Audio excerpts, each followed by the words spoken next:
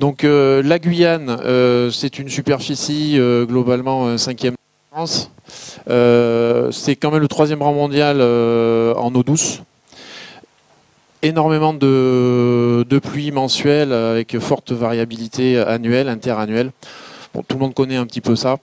Vas-y. Les dernières informations issues de Météo France, donc avec une évolution saison sèche de août à décembre et une saison des pluies plutôt marquée avril voire mai sur les dernières années jusqu'à fin juillet. Donc avec des variations donc interannuelles, intersaisonnières qui conditionnent donc le débit des cours d'eau et la vie aquatique. Donc on avance, on a une disparité à l'échelle du département. Bon an, mal an, on est entre 2009 et 3000 mm d'eau donc sur le département, mais on a une grosse variation à l'échelle du département. Entre Saint-Georges, par exemple, ça c'était au mois d'août de cette année, entre Saint-Georges où il a plu 2 cm et Maripasoula 10 cm, ou Saint-Laurent, là c'est carrément 20 cm de pluie en un mois. Donc on voit entre l'Est et l'Ouest, on a une disparité de la pluviométrie. La Guyane, 13 bassins hydrographiques, donc grosso modo 4 grosses régions, représentées avec 2 bassins frontaliers, l'Oyapock et le Maroni.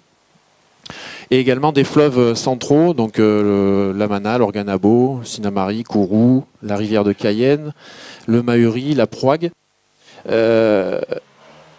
Donc une caractéristique juste là-dessus, c'est qu'on a des fleuves frontaliers dont l'Oyapock a son bassin versant qui est à 50% dans le Brésil, pardon. Et le Maroni, on a donc une grosse part du Maroni qui est quand même présente dans le voisin du Suriname. Donc ça c'est l'ABD donc avec les randostraleurs que Mathieu vous a présenté tout à l'heure. Donc les randostraleurs, ça synthétise en fait la puissance du cours d'eau jusqu'à son estuaire. On a donc des sources, tout petits cours d'eau très peu puissants, et quand on arrive dans l'estuaire, effectivement, c'est bien plus important. Pour comparaison avec la métropole, l'estuaire du Maroni correspond à peu près au débit du Rhône, et au niveau de l'estuaire de l'Oyapock, on est à peu près sur le débit de la Loire, pour des fleuves qui sont 2 fois moins grands que ce qu'il y a en métropole. Donc on va avancer. Voilà, on va commencer sur la diversité. Donc les poissons néotropicaux, c'est-à-dire la zone géographique dans laquelle nous nous situons, c'est à peu près 1000 espèces de poissons actuellement, un quart des espèces de la planète. On a des évaluations qui vont jusqu'à peu près 8000 espèces néotropiques qui n'ont pas encore été toutes déterminées ou trouvées, mais c'est des modélisations. Et sur les 20 dernières années, on va dire, on a eu plus de 1000 nouvelles espèces qui ont été décrites autour de la planète dans nos milieux néotropicaux. Principalement sur 5 grands groupes, donc des carassiformes, ce qu'on appelle des yayas un peu ici, pour les locaux. Des siluriformes, donc c'est des poissons, ça correspond aux poissons-chats, globalement. Des cyclidés, donc c'est des poissons qui sont très très aquariophiles, on va dire. Et des gymnotiformes qui correspondent aux formes, grosso modo, des anguilles. On va en reparler un petit peu après. On n'a pas d'espèces cypriniformes sous nos latitudes, c'est-à-dire on n'a pas d'espèces de carte commune que l'on a en Asie ou en France. Il n'y en existe pas ici. Les principales caractéristiques, c'est beaucoup d'espèces, notamment de petite taille. Donc ça fait 2-3 cm. On a quand même énormément d'espèces qui sont toutes petites, donc pas forcément faciles à déterminer. Elles ont peu de couleurs. Et à contrario, on a aussi des... Donc je marque l'exemple de la torche qui, elle, peut dépasser 2 mètres et une centaine de kilos sans aucun problème, qui vit, elle, bien sûr, beaucoup plus dans les estuaires. On va y revenir un petit peu tout à l'heure. Donc voilà ce dont je vous parlais, les carassiformes, avec donc des petites espèces sur la droite de l'écran, enfin sur votre gauche plutôt, des petits rivulus que l'on trouve un petit peu partout sur le territoire, donc des que l'on appelle des gymnotes, des cyclidés qui font partie de l'ordre des perciformes et des siluriformes, donc avec différentes espèces de poissons-chats et de suceurs d'aquarium. Comment sont venus les poissons chez nous? Alors à l'origine, on avait la Pangée, donc c'est juste une représentation de ce qui concerne l'Amérique du Sud avec son pendant africain, qui à un moment donné s'est séparé avec l'océan Atlantique au milieu, et donc une différenciation des espèces présentes qui caractérise donc actuellement une séparation complète du temps des morphologies que l'on peut trouver, l'Eurasie, l'Afrique, les mêmes espèces, je vais y arriver, et l'Amérique du Sud qui elle a un peuplement, une diversité qui est complètement différente. Il y a vraiment une divergence de formes et d'espèces, comme je vous l'ai montré précédemment. C'est arrivé donc quelques centaines de milliers d'années avant, donc entre des périodes interglaciaires. Le changement climatique, il date pas d'aujourd'hui. Il y a toujours eu des périodes glaciaires, des périodes interglaciaires où il y avait de la fonte des neiges. Et à des moments, donc, quand l'eau fondait, le niveau des eaux de la planète pouvait être bien plus élevé. Ici, c'était plus de 15 mètres au-dessus du niveau actuel, avec des cordons littoraux, de grandes zones de neige et de fortes précipitations, bien entendu, avec un climat très chaud qui continue de caractériser nos... On a eu des apports de l'Amazonie via l'Amazone, qui est le plus gros fleuve de la planète, avec une forte dessalure qui arrive le long du bouclier guyanais, donc qui remonte le long des côtes jusque sous nos latitudes actuellement. Et donc les poissons ont pu suivre cette eau douce et coloniser donc les milieux guyanais. Lorsqu'on a eu des périodes glaciaires, donc la dernière qui date d'à peu près 20 000 ans, là ça veut dire qu'on a eu une régression marine. Donc les côtes étaient bien plus éloignées qu'actuellement, l'air était froid. On avait des embouchures de fleuves actuels qui étaient au niveau du plateau continental actuellement de la Guyane, donc près de 200 km de nos côtes actuelles. Et donc ça induisait une restriction des bassins versants qui n'étaient plus forcément très connectés entre eux.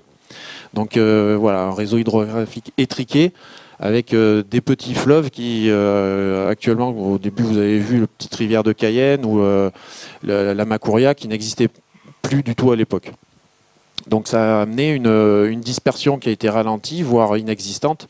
Et donc on a eu des espèces qui ont été séparées d'autres bassins versants et qui ont évolué de leur propre génétique, avec donc une spéciation, c'est-à-dire une différenciation génétique sur certains fleuves. Donc le bouclier des Guyanais avec les 3 Guyanes, donc le Guyana, le Suriname, la Guyane française, qui est une zone spécifique donc du milieu tropical ou néotropical de l'Amérique du Sud, avec le bassin amazonien sud, et on a l'Orénoque qui se situe donc ici, qui est également un grand fleuve. Et lors de ces périodes de glaciaires, interglaciaires, on va passer à la suivante pour montrer le paramètre, on a eu donc des colonisations de proche en proche, donc soit par l'Amazone, soit par l'Orénoque, ou alors également directement sur certains affluents du bassin amazonien via les sources du Maroni ou de l'Oyapock, au travers de certaines zones potentiellement jointes à certains moments des âges terrestres. On a eu donc des introspections également par le centre de la Guyane. Donc ces colonisations de proche en proche influent sur la diversité et la relation que l'on a actuellement en Guyane sur la différenciation de l'Est à l'Ouest du département. On a vu qu'il y a eu une colonisation qui pouvait se faire par l'Amazone. Certains auteurs ont essayé de regarder, d'aller un petit peu plus loin, puisque on a regardé si toutes les espèces qu'on pouvait trouver en Amazonie arrivaient à se redéplacer ou à se retrouver sur le plateau guyanais. Et en fait, ça paraît qu'il y a une forte discontinuité entre le centre de l'Amazonie, les Várzea du nord de l'Amazonie, qui se situe plutôt autour de Manaus, et la zone la zone de Taparabou, donc c'est toute la zone de l'Amapá avec la réserve de Taparabou, Guyane française de l'autre côté. On s'est aperçu qu'il y avait une diminution du nombre d'espèces communes entre la Guyane et les zones proches de l'Amazone. Pour un des exemples, les Serrasalmidae, alors c'est un groupe qui concerne les pirailles, les marous, les piranhas au sens large. Au niveau de Santarém, sur l'Amazone, il y a 13-14 espèces environ. Au niveau de Macapá, plus au sud, enfin plus en aval, on est à 7-10 espèces. Au niveau du marais de l'Oyapock, ça descend à 3. Et sur les marais de Caux, on n'a que 2 espèces de présentes. Donc on a une diminution de la colonisation de ces espèces-là dans leur espace. Et c'est également le cas pour le pirarucu, qui est un très très gros poisson présent dans les marais de Taparabou, donc qui est présent sur la zone de l'Amapá, absent de Guyane française. Également le piranha jaune, les Prygostris, qui sont présents dans les marais de l'Amapá et absents de Guyane française. Ce qui nous amène à dire que l'Oyapock serait comme un trottoir sur la continuité géographique du continent, c'est-à-dire qu'il ferait vraiment une bordure empêchant la traversée, si l'on peut dire, de certaines espèces de poissons. Mais pourquoi? C'est toujours pas. Il y a des espèces qui se trouvent dans les marais de l'Oyapock côté brésilien qu'on retrouve toujours pas du côté français. Mais on n'a toujours pas mis le doigt sur le phénomène. Quel est-il? Pourquoi? On n'en sait rien. Par contre, c'est avéré que cette frontière de l'Oyapock reste présente et c'est pour ça qu'il faut essayer de faire attention à ne pas importer des poissons qu'on amènerait pour le plaisir depuis le Brésil, côté français, parce qu'on ne sait pas quelle serait leur évolution dans un milieu où pour le moment ils ne sont pas présents. C'est valable également pour d'autres espèces qu'on peut qualifier d'envahissantes. Donc attention à ne pas introduire des espèces là où elles ne sont pas natives, comme on dit. Juste globalement, donc, pour recentrer à l'échelle du continent, donc, en bleu, ce sont différents pays autour du bassin amazonien. En orange, le Suriname. Et en rouge, la Guyane française. Alors c'est, grosso modo, c'est une échelle pour rappeler une comparaison. Donc c'est un nombre d'espèces par 1000 km². Et on voit que la Guyane est quand même bien plus riche que les autres pays qui, eux, sont plus importants que la Guyane en termes de superficie. Entre les fleuves guyanais, on a le Maroni qui, lui, a une diversité spécifique qui est plus importante en Guyane. Donc on pourrait discuter des autres. Les 3 ou 4 petits points rouges, en fait, sont des fleuves européens. Donc ramenés à l'Europe, on s'aperçoit que on a le Danube, on a la Seine, la Loire, le Rhône, qui correspondent en fait à une diversité. Le Danube, qui a la plus forte diversité européenne, ne correspond que aux fleuves petits cours d'eau guyanais, inférieurs au Sinnamary, à la Mana, à la Comté par exemple. Donc toute échelle gardée, on a une diversité et une richesse sur le département qui est également très importante. Donc elle est importante néotropicale sur le plateau des Guyanes, mais elle est également importante à l'échelle du département. Donc tu peux y aller. Si on compare avec notre voisin le Suriname, on a à peu près le même nombre d'espèces, que ce soit total ou uniquement d'eau douce. Par contre, le Suriname, il est 2 fois plus grand que la Guyane en superficie. Donc la Guyane présente bien une richesse qui reste importante, même à l'échelle du bouclier des Guyanes. En termes de quelques espèces de répartition, tout ça pour vous amener à dire qu'on a des espèces qui vont être différentes d'est en ouest. Donc du fait de la colonisation, du fait essentiellement de la diversité que l'on peut trouver, spécifique à certains habitats. Et par exemple, on va avoir certaines espèces qui vont être cantonnées sur les fleuves de l'Est, d'autres sur les fleuves de l'Ouest. On peut avoir des espèces sœurs qui sont très très proches, donc c'est du même genre, mais pas exactement à la même. C'est un petit peu comme nous, et les Africains ou les Amérindiens. On fait presque tous partie de on fait tous partie de la même espèce. Chez les poissons, on pourrait dire ça, sauf qu'il est différent entre l'Est et l'Ouest du département. Et on a d'autres qui sont très très ubiquistes, c'est-à-dire qui sont présentes partout, ou au contraire, d'autres qui sont très spécifiques de milieux, d'habitats bien particuliers. Quand on parle d'endémisme, donc il faut voir l'échelle géographique à laquelle on se base. Donc plusieurs définitions, mais 2 grandes. En Guyane, on définit les taxons endémiques quand ils sont soit strictement, je vais dire l'inverse, mais ils sont soit strictement inféodés au territoire guyanais, soit au contraire, ils ne sont pas endémiques de la Guyane proprement dit, mais ils sont endémiques du bassin des Guyanes, donc Oyapock et Maroni, les fleuves frontaliers compris. Donc ça implique qu'on a des espèces strictement endémiques de Guyane. Donc on a un petit artier là en bas qui est présent dans un tout petit cours d'eau, des habitats un peu particuliers, cascadants. Et au contraire, on a des espèces qui sont beaucoup plus larges, telles que l'Aymara, dont on a déjà entendu parler tout à l'heure.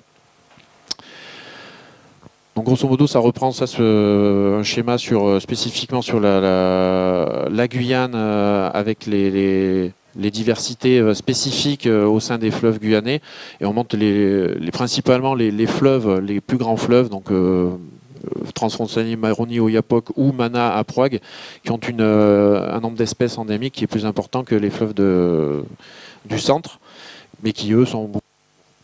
Ils ont. Vas-y.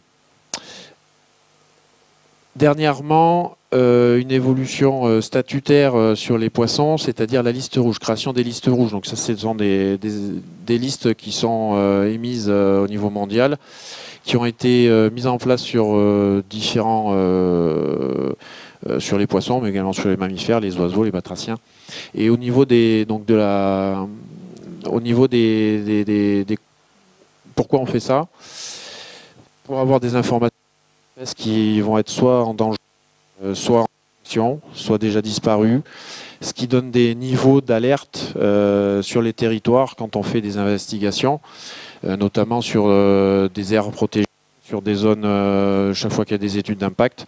Ça donne des informations concrètes sur l'état dans lequel se trouve le peuplement qu'on va analyser. En Guyane, globalement, on a 10 à 11% des espèces qui sont en situation de menace. Donc soit elles sont vulnérables, donc il faut y faire une part vraiment attention, soit elles sont en danger, c'est-à-dire qu'elles sont déjà très grignotées par des actions anthropiques ou naturellement, ou en danger critique, c'est-à-dire qu'on n'a que quelques points référencés et il peut y avoir des pressions anthropiques qui risquent de les menacer, de les mettre en extinction. Une de ces espèces en danger critique, donc l'artiella, qui est présent, celui-là, donc intermédiaire, qui est présent uniquement sur une crique de la réserve de la Trinité, la crique Aya, et qui peut subir certaines pressions, notamment d'orpaillage illégal. On peut passer. Donc il y en a d'autres qui sont d'intérêt mineur, donc, comme l'Aymara, très ubiquiste, présent partout en Guyane, ce qui ne veut pas dire qu'il est pas en danger à certains moments. Il faut aussi faire attention à la limitation des pressions. Mais sa répartition est très très large. Et là, je vais passer la parole à Damien qui, lui, va vous repositionner les différentes espèces dans leur habitat.